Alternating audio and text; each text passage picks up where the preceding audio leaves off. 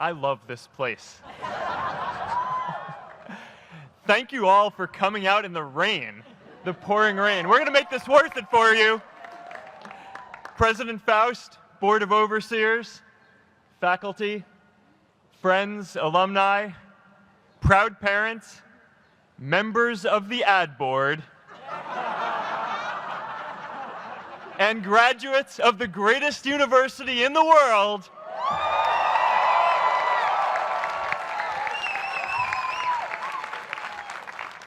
I am honored to be here with you today because, let's face it, you accomplished something I never could.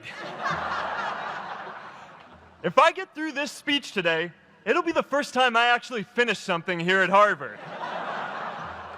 Class of 2017, congratulations.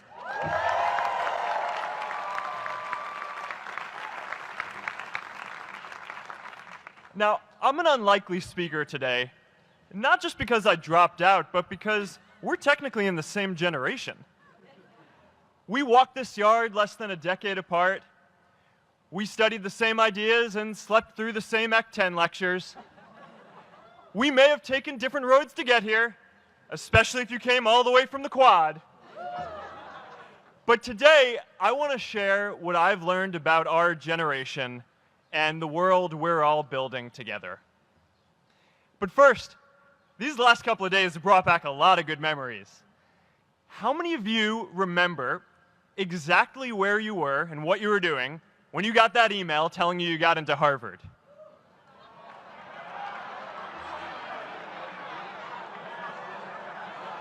I was playing the video game Civilization, and I ran downstairs and got my dad, and for some reason, his first reaction was to video me opening the email. That could have been a really, really sad video. But I swear, getting into Harvard is the thing my parents are most proud of me for. My mom is nodding. You all know what I'm talking about. Look, guys, it's tough to beat this. You'll see when you get out there. How many of you remember your first lecture here at Harvard? Mine was Computer Science 121 with the incredible Harry Lewis. Harry. I was running late for class, so I threw on a t-shirt, and I didn't realize until afterwards that I put it on inside out and backwards, and my tag was sticking out the front. I couldn't figure out why no one in class would talk to me. Except for this one guy, KX Jin. He just went with it. We started doing our problem sets together, and now he runs a big part of Facebook. And that, class of 2017, is why you should be nice to people.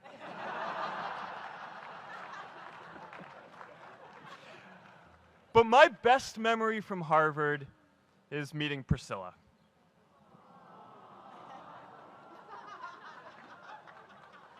I had just launched this prank website, Facemash, and the ad board wanted to see me. Everyone thought I was going to get kicked out. My parents drove up here to help me pack my stuff. My friends threw me a going-away party. Who does that? As luck would have it, Priscilla was at that party with her friends, and we met in line for the bathroom in the Foho Bell Tower, and in what must be one of the all-time most romantic lines, I turned to her and said, "I'm getting kicked out in 3 days, so we need to go on a date quickly." Actually, any of you graduating today can use that line. "I'm getting kicked out today. We need to go on a date fast." I didn't end up getting kicked out. I did that to myself. Priscilla and I started dating, and, you know, that movie made it seem like Facemash was so important to starting Facebook. It wasn't. But without Facemash, I never would have met Priscilla. And Priscilla's the most important person in my life. So you could still say it was the most important thing I built in my time here.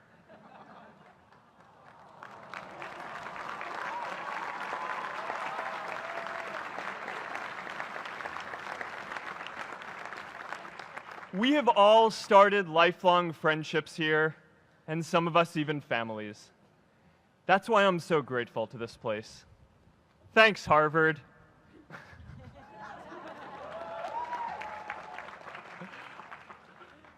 Today, I want to talk about purpose.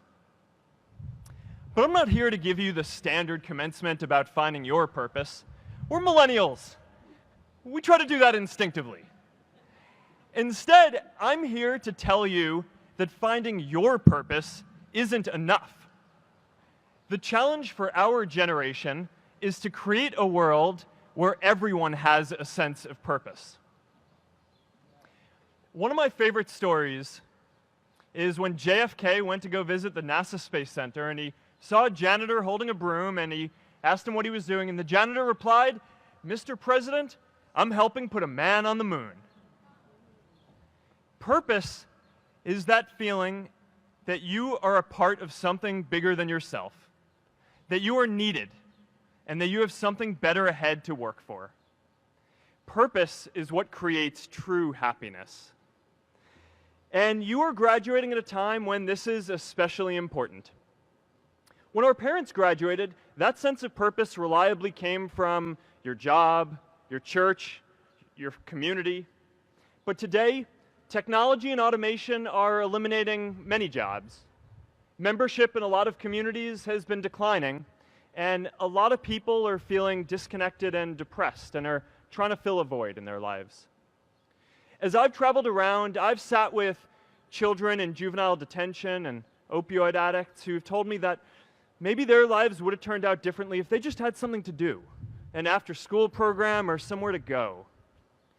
I've met factory workers who know their old jobs aren't coming back and are just trying to find their path ahead. For our society to keep moving forward, we have a generational challenge to not only create new jobs, but create a renewed sense of purpose.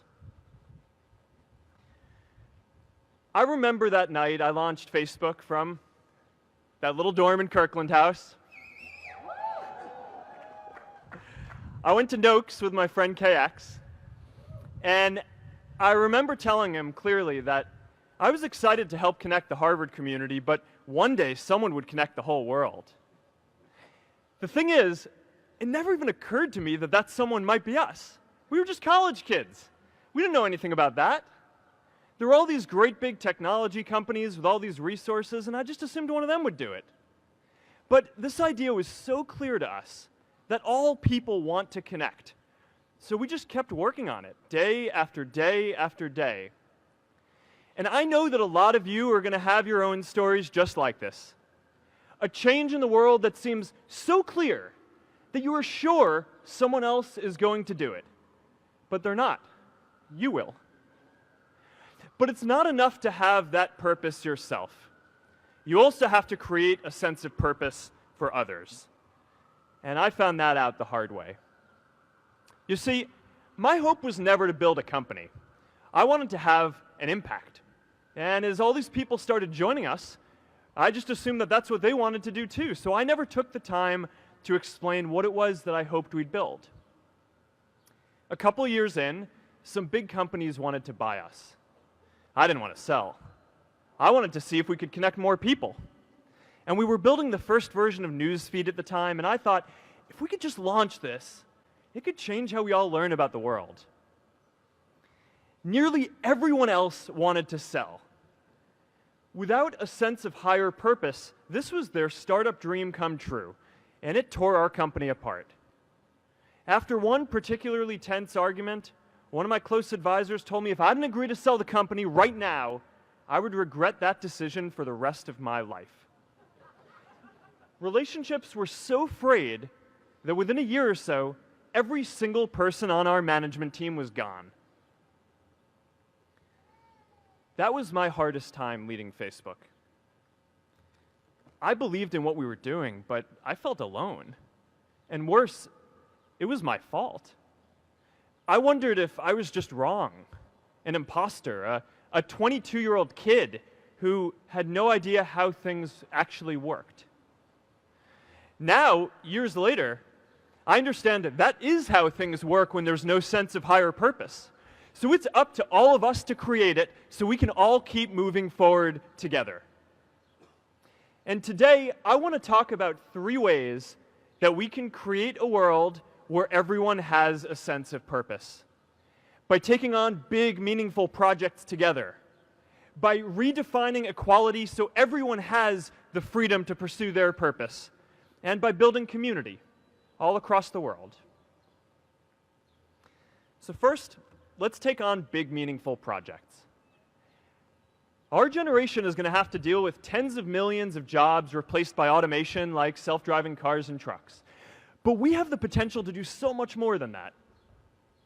Every generation has its defining works. More than 300,000 people worked to put that man on the moon, including that janitor. Millions of volunteers immunized children around the world against polio, and millions of more people built the Hoover Dam and other great projects. And now it's our generation's turn to do great things. Now I know, maybe you're thinking, I don't know how to build a dam. I don't know how to get 1 million people involved in anything. Well, let me tell you a secret. No one does when they begin. Ideas don't come out fully formed. They only become clear as you work on them. You just have to get started. If I had to know everything about connecting people before I got started, I never would have built Facebook. Movies and pop culture just get this all wrong. The idea of a single Eureka moment is a dangerous lie. It makes us feel inadequate because we feel like we haven't had ours yet. And it prevents people with seeds of good ideas from ever getting started in the first place. Oh, and you know what else movies get wrong about innovation? No one writes math formulas on glass, okay? All right? That's not a thing, okay? It's really good to be idealistic, but be prepared to be misunderstood. Anyone working on a big vision is going to get called crazy, even if you end up right. Anyone taking on a complex problem is going to get blamed for not fully understanding it, even though it's impossible to know everything up front. Anyone taking initiative will always get criticized for moving too fast because there's always someone who wants to slow you down. In our society, we often don't take on big things because we're so afraid of making mistakes that we ignore all the things wrong today if we do nothing. The reality is, anything we do today is going to have some issues in the future. But that can't stop us from getting started. So what are we waiting for? It is time for our generation-defining great works. How about stopping climate change before we destroy the planet and getting millions of people involved, manufacturing and installing solar panels? How about curing all diseases and getting people involved by asking volunteers to share their health data, track their health data, and share their genomes? You know, today, our society spends more than 50 times as much treating people who are sick as we invest in finding cures so people don't get sick in the first place. It makes no sense. We can fix this. How about modernizing democracy so everyone can vote online? And how about personalizing education so everyone can learn? These achievements are all within our reach. Let's do them all in a way that gives everyone in our society a role. Let's do big things, not just to create progress, but to create purpose.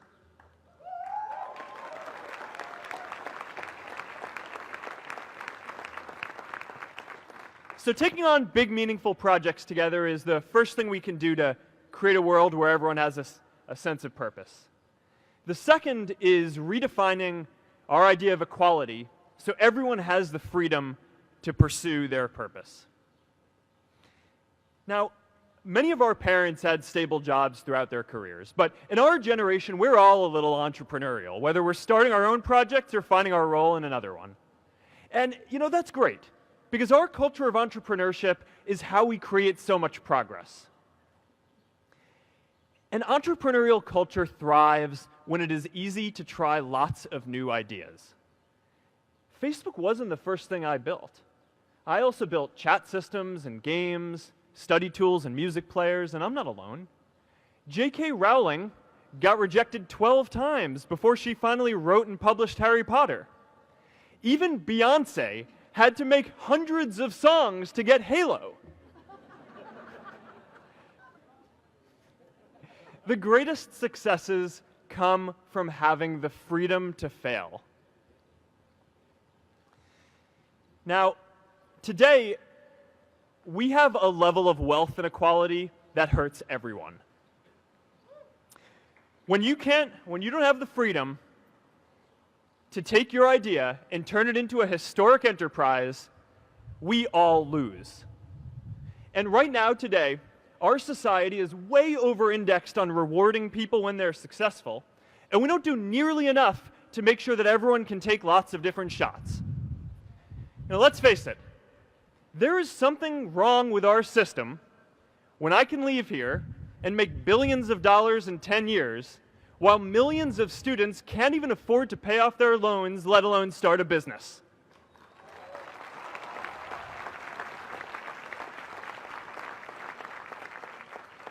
Look, I know a lot of entrepreneurs, and I don't know a single person who gave up on starting a business because they were worried they might not make enough money. But I know too many people who haven't had the chance to pursue their dreams because they didn't have a cushion to fall back on if they failed.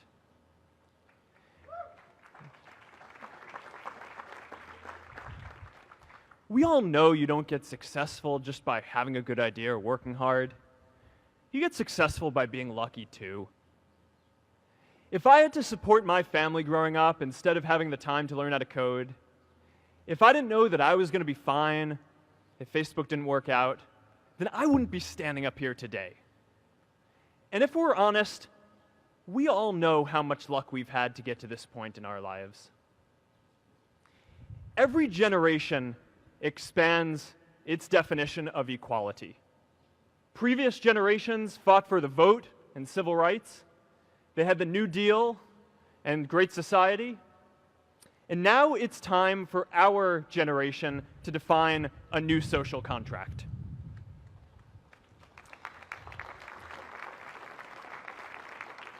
We should have a society that measures progress not just by economic metrics like GDP, but by how many of us have a role we find meaningful.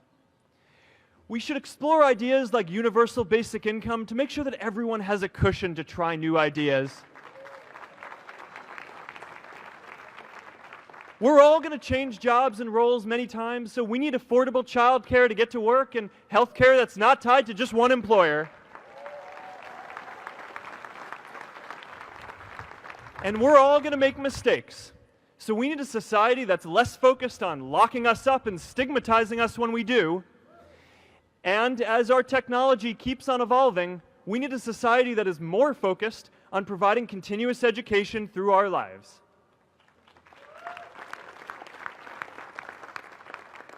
And yes, giving everyone the freedom to pursue purpose isn't going to be free. People like me should pay for it. And a lot of you are going to do really well, and you should too.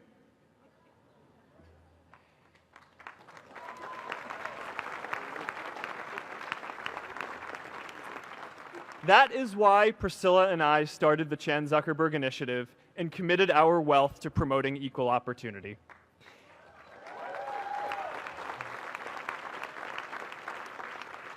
These are the values of our whole generation. It was never a question of if we were going to do this. The only question was when.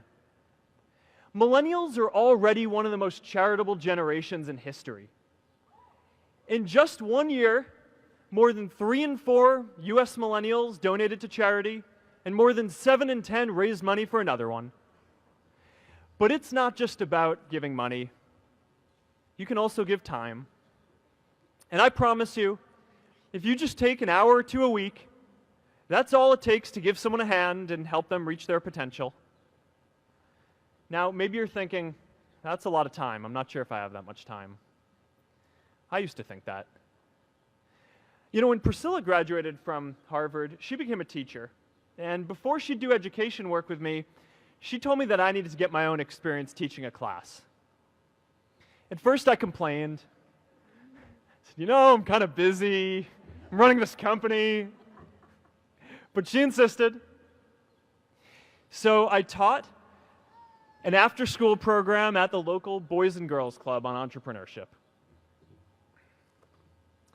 I taught those kids lessons on product development and marketing, and they taught me what it was like growing up feeling targeted for your race, and what it's like having a family member in prison. I shared stories of my time in school, and they shared their hope that one day they would get to go to college too. For 5 years, I've had dinner with those students every month. One of them even threw Priscilla and me our first baby shower. And next year, they're going to college. Every one of them, first generation in their families. We can all make time to give someone a hand. Let's give everyone the freedom to pursue purpose, not just because it's the right thing to do, but because when more people can turn their dreams into something great, we are all better for it.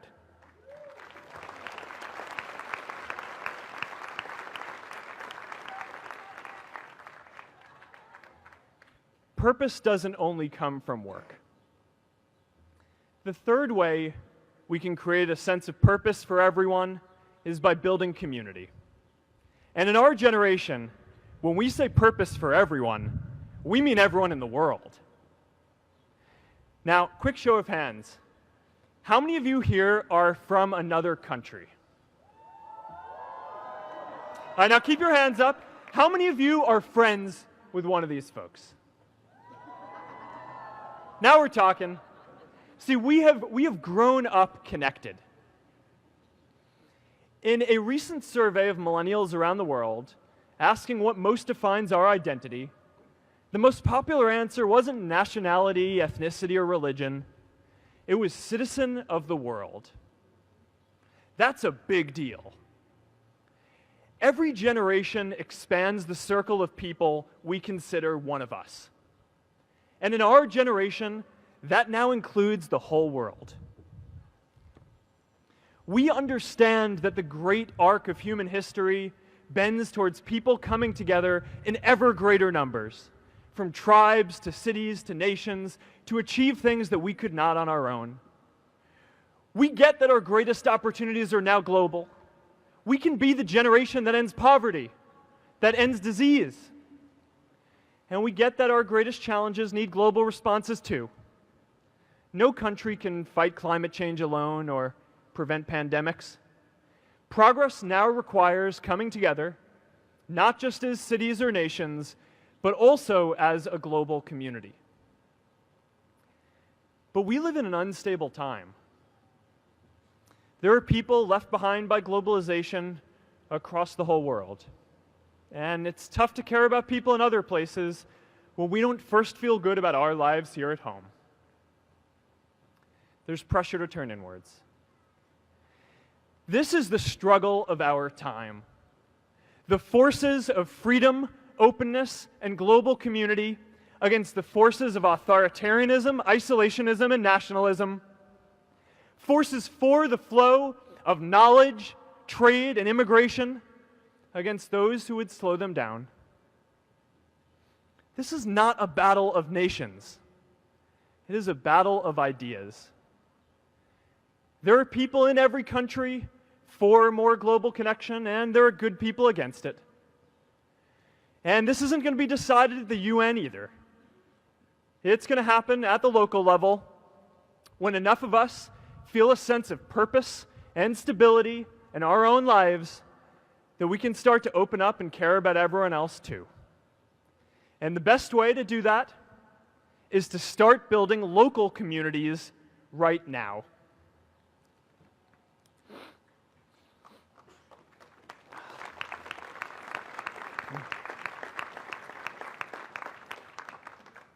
We all get a lot of meaning from our communities. Who here's from Elliott House? How about Lowell? I know you guys found community because you literally live right on top of each other. And Mather? I'll just leave that there. Whether our communities are houses or sports teams, churches or a cappella groups, they give us that sense that we are a part of something bigger, that we are not alone. They give us the strength to expand our horizons. And that's why it's so striking that over the past few decades, membership in all kinds of communities has declined by as much as 1/4. That's a lot of people who now need to find a sense of purpose somewhere else. But I know that we can rebuild these communities and start new ones because many of you already are. I met Agnes Segoye, who's graduating today. Agnes, where are you?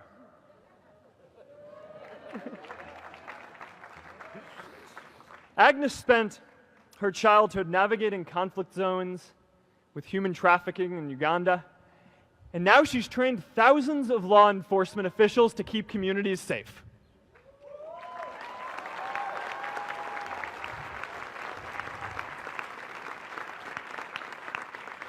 I met Kayla Oakley and Neha Jain, who are graduating today too. Stand up, guys.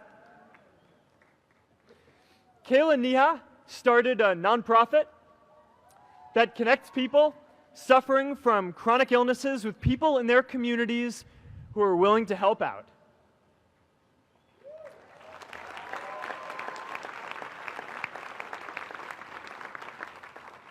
And I met David Razu Aznar, who's graduating from the Kennedy School today. David, stand up.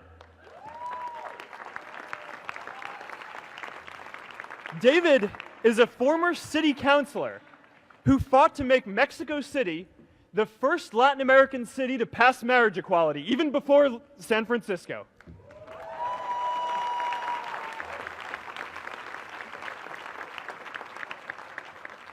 And this is my story too. A student in a dorm, connecting one community at a time and keeping at it until one day we can connect the whole world. Change starts local.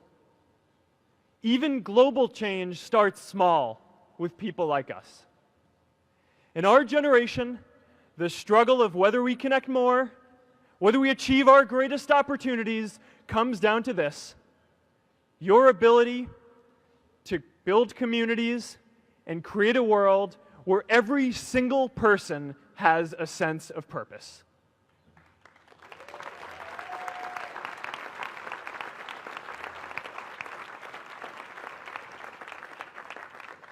Class of 2017, you are graduating into a world that needs purpose. And it's up to you to create it. Now, maybe you're asking yourself, can I really do this? Well, remember when I told you about that class I taught at the Boys and Girls Club? One day after class, I was talking to my students about going to college, and one of my top students raised his hand and said that he wasn't sure he could go to college because he's undocumented. He wasn't sure if they'd take him. Last year, I took him out to breakfast for his birthday, and I wanted to get him a gift, so I asked him what he wanted, and he just started talking about struggles that he saw other students in his class facing, and finally said, you know, I'd really just like a book on social justice. I was blown away. Here is a young guy who has every reason to be cynical. He wasn't sure if the country he calls home, the only one he's known, was going to deny him his dream of going to college. But he wasn't feeling sorry for himself. He wasn't even thinking of himself. He has a greater sense of purpose, and he's going to bring people along with him. It says something about our situation today that I can't even say his name because I don't want to put him at risk. But if a high school senior who doesn't know what the future holds for him can do his part to move the world forward, then we owe it to the world to do our part too.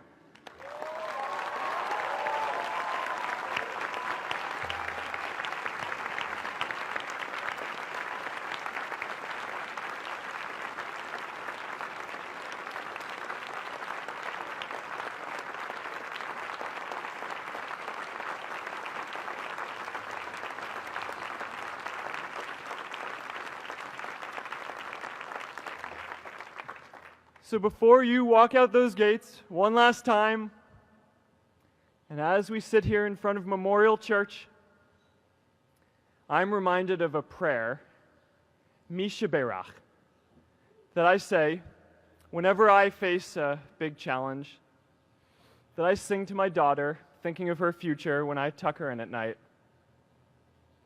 And it goes, "May the source of strength, who's blessed the ones before us, help us find the courage to make our lives a blessing." I hope you find the courage to make your life a blessing. Congratulations, class of 2017. Good luck out there.